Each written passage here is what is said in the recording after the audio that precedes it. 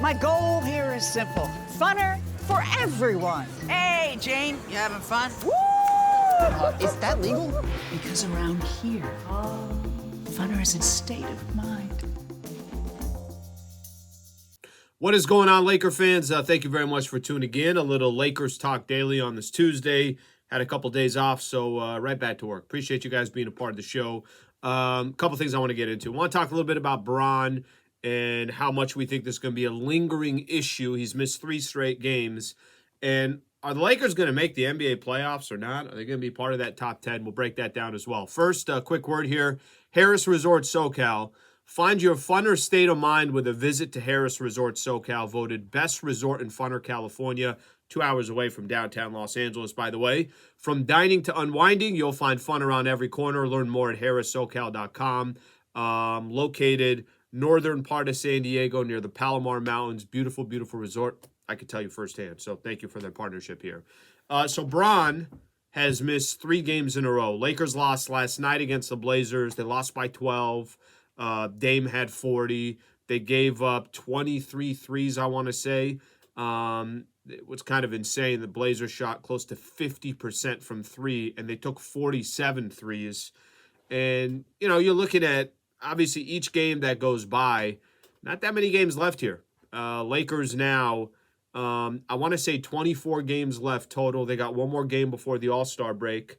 And the LeBron thing, you know, for me, it's definitely concerning. It's concerning for a number of different reasons. First off, Bron's not going to miss games just to miss games. Bron's not going to, you know, he broke the record, obviously did that last week, but he's not going to miss games just to miss games.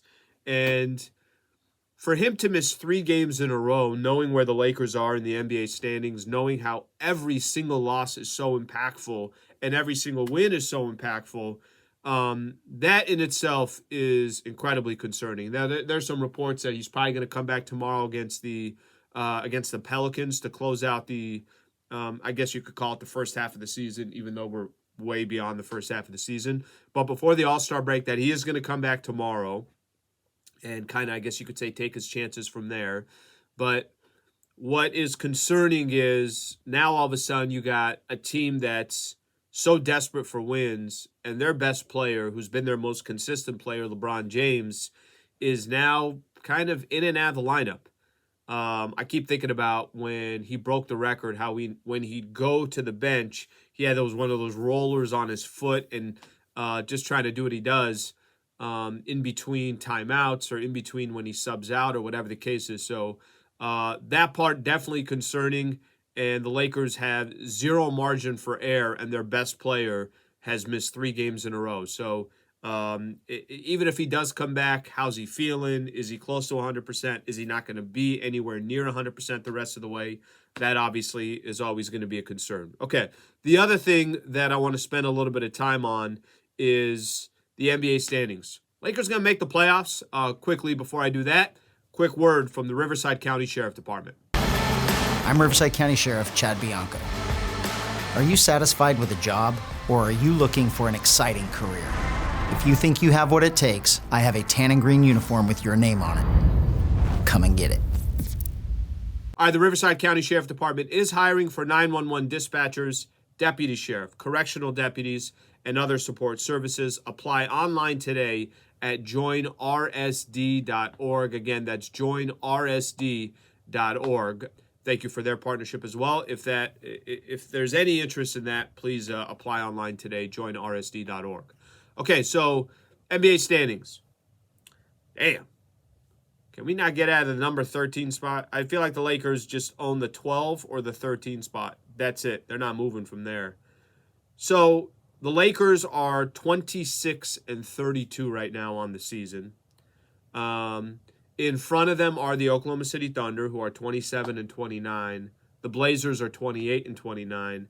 And then the Utah Jazz are sitting at 29-30. So right out the gate, in the loss column, they're 2 games back of number 10. But I think there's more to it than that. I mean, the Jazz have 3 more wins. Jazz have 3 more wins than the Lakers do. And like I said, losses, 2 more losses. The Lakers have 2 more losses than the Utah Jazz. This is crunch time, Laker fans. I mean, it is truly, literally crunch time. That the Lakers are in a position where every single loss that they have the rest of the way is going to affect them.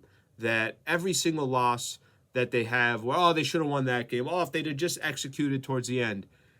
I mean, I like the moves the Lakers made at the trade deadline. The question is going to be, do they have enough time to make up ground? What's most discouraging for me personally, Thunder are not trying to make the playoffs. I mean, let me go back. Coming into the season, you did not think the Oklahoma City Thunder would be in the mix here. Lakers are behind them. Coming into the season, you definitely didn't think the Utah Jazz would be in the mix. Lakers are behind them. The Portland Trailblazers, I think this is kind of where they should be, right? I think if you'd have told me they're a couple games above 500 or a couple games below 500, I don't think it would have been extreme one way or the other. And these teams that the Lakers are trying to catch up or get in front of are continuing to beat the Lakers. So whether that's the Thunder or it's the Pelicans or it's the Blazers, it's not a good look, and it just kind of pushes the Lakers further and further behind. 32 losses, a 3-game cushion, other than the Utah Jazz who are sitting at 10 in the loss column. That's a lot of losses. That's a lot of games that you got to make up over this span. And the unfortunate part is Lakers aren't really helping themselves. So they're not going out there and winning 5 of 6 or 6 of 7 or 4 in a row or anything along those lines. You could start kind of seeing them shoot up. I feel like all these other teams are jockeying for position, but the Lakers. Lakers are the only team that's just kind of staying in the background here. So that's where the Lakers are sitting right now. They're 26-32. I was thinking about this. So they got 24 games left. To be above 500, to be at 500, they'd have to go 15-9 the rest of the way. 15-9. They're 6 games below 500. They'd have to go 6 games over 500 in the final 24 just to be at 500.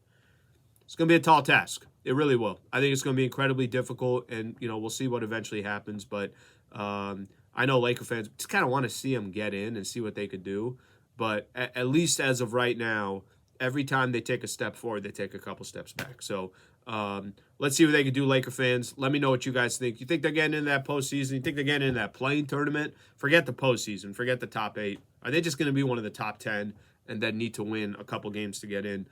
Please put your comments below. Please subscribe to the channel as well. Thanks for being a part of the show. And I got Lakers Talk tonight, just a heads up. So 7 p.m. to 8 p.m. we'll do Lakers Talk. All right, Laker fans.